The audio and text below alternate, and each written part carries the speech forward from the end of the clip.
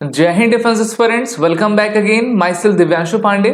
Trump administration के द्वारा America की सबसे बड़ी फंडिंग ऑर्गेनाइजेशन जिसका नाम यूएस एड है, अब उसको खत्म किया जा रहा है और इसमें काफी बड़ा ले ऑफ एम्प्लॉइज का किया जाएगा।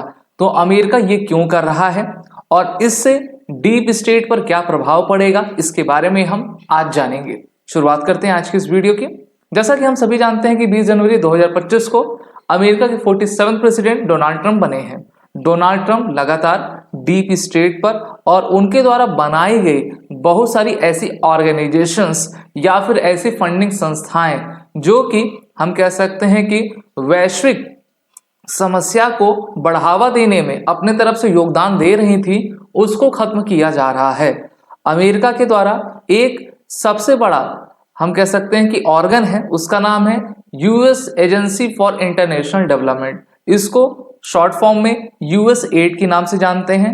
एड का अर्थ होता है कि आर्थिक सहायता प्रोवाइड करना, यानी कि आप किसी को पैसा देते हो कि वो अपना कुछ कार्य आपका कर सके। तो ट्रंप एडमिनिस्ट्रेशन ने कहा है कि यूएस एड में जो 10,000 एम्प्लॉयज अभी कार्य कर रहे हैं उनकी कोई आवश्यकता नहीं है और इस नंबर को रिड्यूस करके 300 स्टाफ हम करेंगे, यानी कि 9700 स्टाफ्स को उनके नौकरी से हटाया जाएगा। अब वो किस प्रकार की नौकरी करते हैं और ये यूएस एड संस्था है क्या, इसके बारे में हम जानेंगे। The propose plan would leave US add the US primary agency for delivering foreign humanitarian assistance. तो ये एजेंसी क्या करती है? वैश्विक देशों को जो है आपका ह्यूमैनिटेरियन असिस्टेंस प्रोवाइड करती है। Sources reveal that only 294 employees would remain, including just 12 in Africa Bureau and 8 in Asia Bureau। ठीक है, तो अफ्रीका ब्यूरो में 12 और 8 आपके एशिया ब्यूरो में काम करेंगे। तो इस प्रकार से लगभग 294 एम्प्लॉयज कार्य करेंगे, बाकी सबको इसमें से आपका हटा दिया जाएगा। आपको याद होगा कि ट्रंप सरकार बनने से पहले इन्होंने department of government excellency dose को आपका बनाया था, जिसमें विवेक रामास्वामी और इलॉन मस्क थे।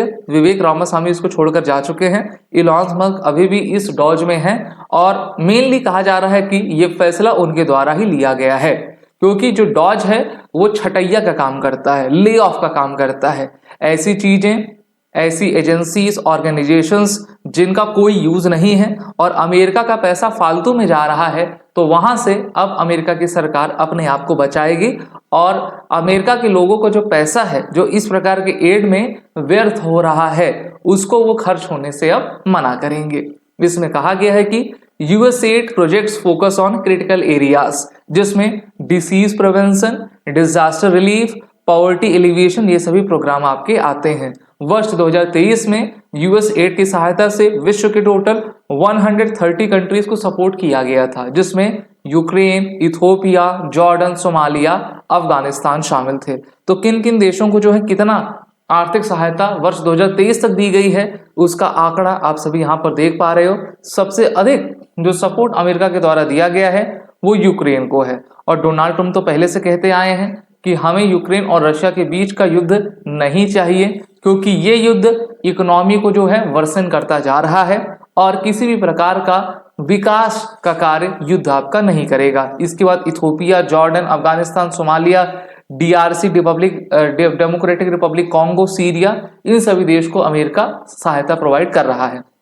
वहीं पर फोकस ऑन वेस्टर्न इस्लामिज्म में ये निकला हुआ है कि US rep challenges US aid on funding to charity tied to South Asian jihadist.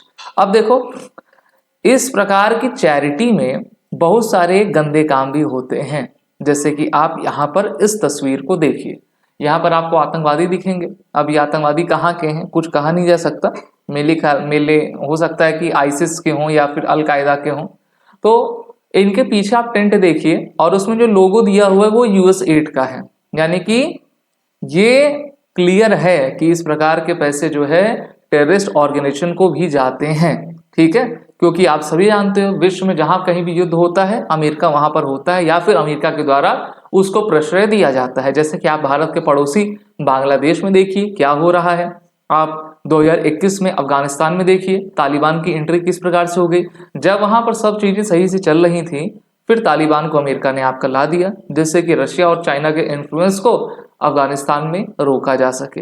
और ये सब बातें डोनाल्ड ट्रंप और इलॉन मस्क काफी अच्छे तरीके से जानते हैं।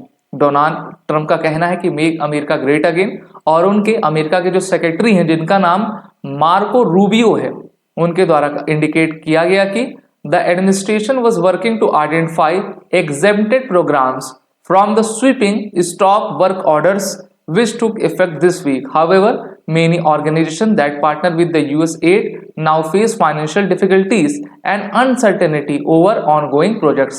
जब पैसा नहीं मिलेगा तब सब चीजें रुक जाएंगी। भारत में भी आप देख लीजिए, शाहीन बाग हुआ था, किसान आंदोलन हुआ था, इन सभी को जो है बाहर से विदेशी सपोर्ट काफी आपकी मिली थी, इसलिए काफी लंबे समय तक ये आपका टिका भी रहा।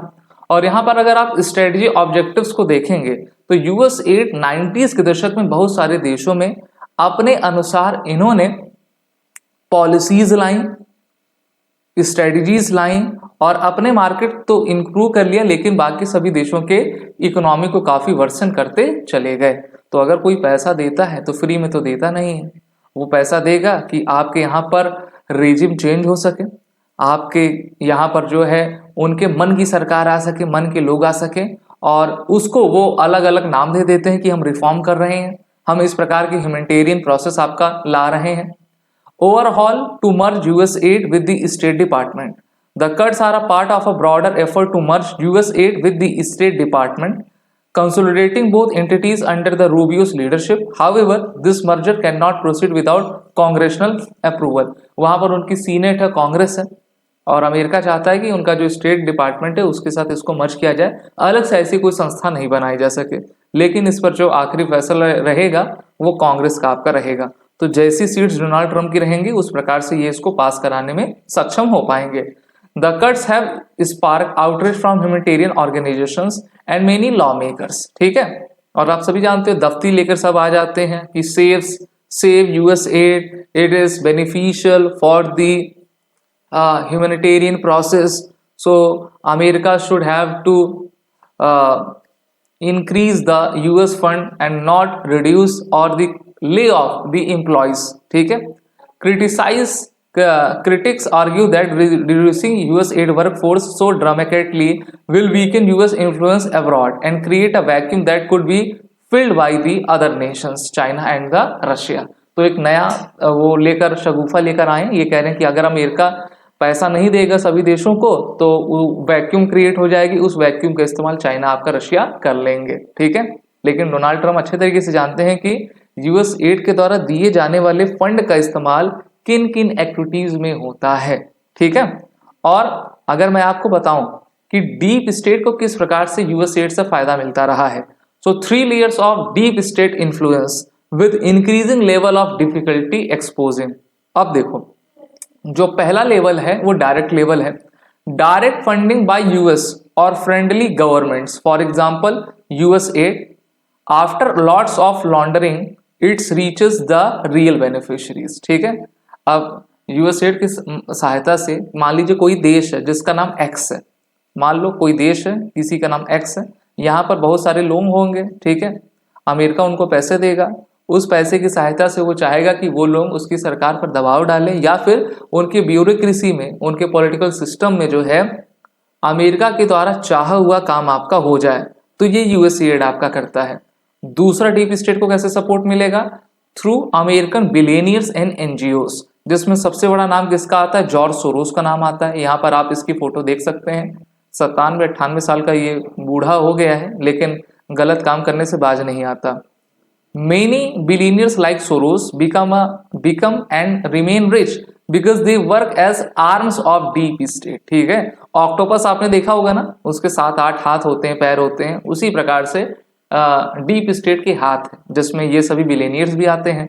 NGO like Ford foundation, Rockefeller brothers foundation etcetera that either always work for CIA, Central Investigation Agency of America, or were taken over after founders passed away, maintain plausible independence। ठीक है, तो दूसरा तरह के काम ये होता है। तीसरा क्या है?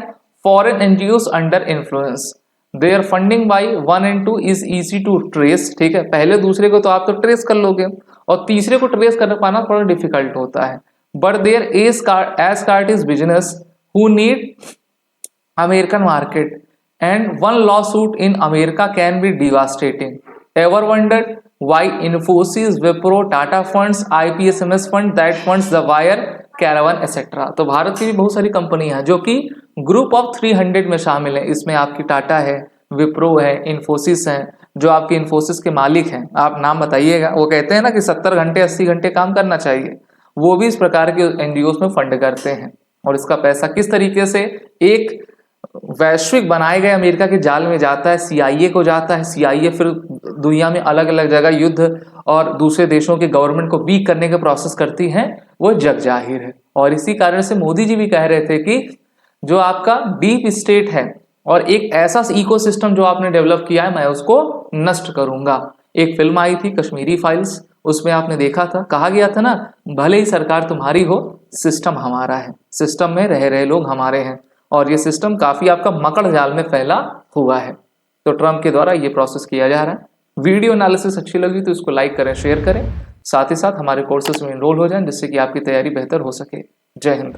अगर आप एक डिफेंस एस्पिरेंट हैं और SSB interview, NDA, CDS, FCAT जैसे एग्जाम्स के लिए प्रिपेयर कर रहे हैं तो आप SSB क्रैक एग्जाम्स के कोर्स को चेक करना ना भूलें। आप हमारी लर्निंग एप्लीकेशन को Google Play स्टोर से भी डाउनलोड कर सकते हैं।